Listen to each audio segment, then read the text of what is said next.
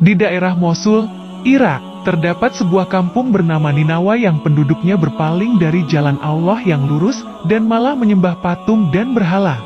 Allah Subhanahu wa Ta'ala ingin memberikan petunjuk kepada mereka dan mengembalikan mereka ke jalan yang lurus. Maka Dia mengutus Nabi Yunus alaihi salam untuk mengajak mereka beriman dan meninggalkan sesembahan selain Allah Azza wa Jalla. Akan tetapi mereka menolak beriman kepada Allah dan tetap memilih menyembah patung dan berhala. Mereka lebih memilih kekafiran dan kesesatan daripada keimanan dan petunjuk. Mereka mendustakan Nabi Yunus alaihi salam, mengolok-olok dan menghinanya. Maka Nabi Yunus pun marah kepada kaumnya dan tidak berharap lagi terhadap keimanan mereka. Allah Subhanahu wa Ta'ala pun mewahyukan kepada Yunus untuk memberitahukan kaumnya bahwa Allah akan mengazab mereka karena sikap mereka itu setelah berlalu 3 hari. Lalu Nabi Yunus menyampaikan perihal azab itu kepada kaumnya dan mengancam kaumnya dengan azab Allah. Kemudian ia pergi meninggalkan mereka.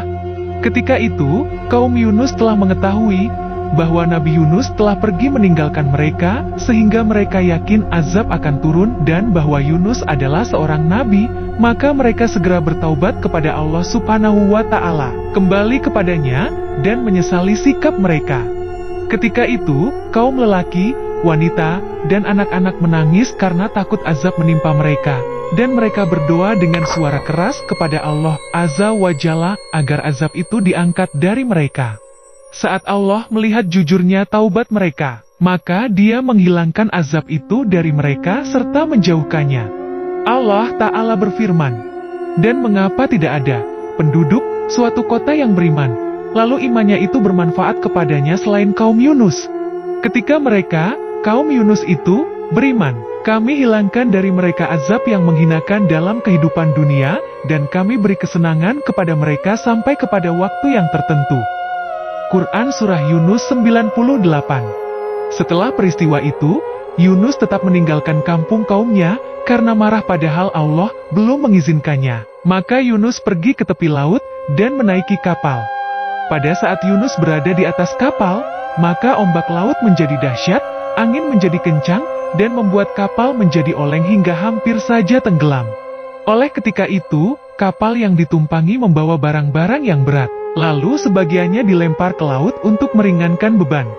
Tetapi ternyata, kapal itu tetap saja oleng hampir tenggelam, maka para penumpangnya bermusyawarah untuk meringankan beban kapal dengan melempar seseorang ke laut. Maka mereka melakukan undian dan ternyata undian itu jatuh kepada diri Yunus. Tetapi mereka tidak mau jika Yunus harus terjun ke laut, maka undian pun diulangi lagi, dan ternyata jatuh kepada Yunus lagi, hingga undian itu dilakukan sebanyak 3 kali dan hasilnya tetap sama. Maka Yunus bangkit dan melepas bajunya, kemudian melempar dirinya ke laut. Pada saat yang bersamaan, Allah telah mengirimkan ikan besar kepadanya, dan mengilhamkan kepadanya untuk menelan Yunus dengan tidak merobek dagingnya, atau mematahkan tulangnya. Maka ikan itu melakukannya. Ia menelan Nabi Yunus ke dalam perutnya, tanpa mematahkan tulang dan merobek dagingnya. Dan Yunus pun tinggal di perut ikan itu dalam beberapa waktu, dan dibawa mengarungi lautan oleh ikan itu. Ketika Yunus mendengar ucapan tasbih dari kerikil di bawah laut, maka di kegelapan itu Yunus berdoa, "Tidak ada Tuhan yang berhak disembah selain Engkau. Maha suci Engkau, sesungguhnya aku termasuk orang-orang yang zalim." Yunus berada dalam 3 kegelapan, kegelapan perut ikan, kegelapan lautan, dan kegelapan malam. Hal ini sebagaimana yang difirmankan Allah Ta'ala.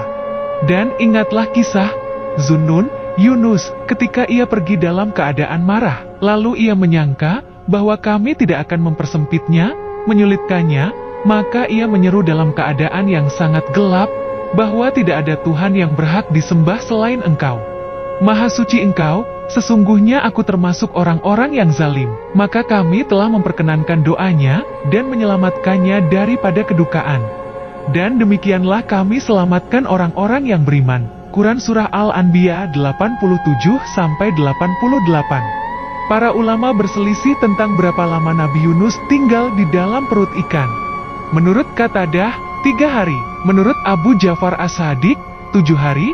Sedangkan menurut Abu Malik, 40 hari. Mujahid berkata dari Asy-Syabi, ia ditelan di waktu duha, dan dimuntahkan di waktu sore. Wallahu alam. Kemudian Allah memerintahkan ikan itu memuntahkan Yunus ke pinggir pantai. Lalu Allah tumbuhkan di sana sebuah pohon sejenis labu yang memiliki daun yang lebat yang dapat menaungi Nabi Yunus dan menjaganya dari panas terik matahari. Allah Ta'ala berfirman, "Kemudian kami lemparkan dia ke daerah yang tandus, sedang ia dalam keadaan sakit, dan kami tumbuhkan untuk dia sebatang pohon dari jenis labu." Quran Surah As-Safaat 145-146. Ketika Yunus dimuntahkan dari perut ikan yang keadaannya seperti anak burung yang telanjang dan tidak berambut, lalu Allah menumbuhkan pohon sejenis labu, di mana ia dapat berteduh dengannya dan makan darinya. Selanjutnya pohon itu kering, lalu Yunus menangis karena keringnya pohon itu. Kemudian Allah berfirman kepadanya, "Apakah kamu menangis karena pohon itu kering? Namun kamu tidak menangis karena 100.000 orang atau lebih yang ingin engkau binasakan." Selanjutnya, Allah Subhanahu wa Ta'ala memerintahkan Yunus agar kembali kepada kaumnya untuk memberitahukan mereka bahwa Allah Ta'ala telah menerima taubat mereka dan telah ridha kepada mereka. Maka Nabi Yunus alaihi salam melaksanakan perintah itu. Ia pergi mendatangi kaumnya dan memberitahukan kepada mereka wahyu yang diterimanya dari Allah Subhanahu wa Ta'ala. Kaumnya pun telah beriman dan Allah memberikan berkah kepada harta dan anak-anak mereka, sebagaimana yang diterangkan Allah dalam firman-Nya. Dan kami utus dia kepada 100.000 orang atau lebih. Lalu mereka beriman, karena itu kami anugerahkan kenikmatan hidup kepada mereka hingga waktu yang tertentu. Quran Surah As-Safaat 147-148. Allah Subhanahu wa Ta'ala memuji Nabi Yunus alaihi salam dalam Al-Quran. Dia berfirman, "Dan Ismail, Alyasa, Yunus, dan Lut, masing-masing kami lebihkan derajatnya di atas umat di masanya." Quran Surah Al-An'am 86. Nabi Muhammad Shallallahu alaihi wasallam juga memuji Nabi Yunus alaihi salam dalam sabdanya, "Tidak layak bagi seorang hamba mengatakan, saya, Nabi Muhammad Shallallahu alaihi wasallam, lebih baik daripada Yunus bin Matta." Muttafaq alaih. Beliau mengucapkan demikian karena tawadunya. Ada pula yang berpendapat bahwa beliau mengucapkan demikian karena sebelumnya tidak mengetahui bahwa dirinya lebih utama di atas para nabi yang lain. Ada pula yang berpendapat bahwa beliau mengucapkan demikian untuk menghindari adanya sikap orang bodoh yang merendahkan martabat Nabi Yunus karena kisah yang disebutkan dalam Al-Quran. Wallahu alam. Dan tentang doa Nabi Yunus alaihi salam, Rasulullah Shallallahu alaihi wasallam bersabda, doa Zunnun, Nabi Yunus alaihi salam, ketika di perut ikan adalah, "Tidak ada Tuhan yang berhak disembah selain Engkau. Sesungguhnya aku termasuk orang-orang yang zalim. Sesungguhnya tidak seorang muslim pun yang berdoa dengannya dalam suatu masalah, melainkan Allah akan mengabulkan doanya." At-Tirmidzi dan disyahihkan oleh Syekh Al-Albani. Selesai dengan pertolongan Allah dan taufiknya, wa shallallahu ala nabiyina Muhammad wa ala alihi wa sahbihi wasalam.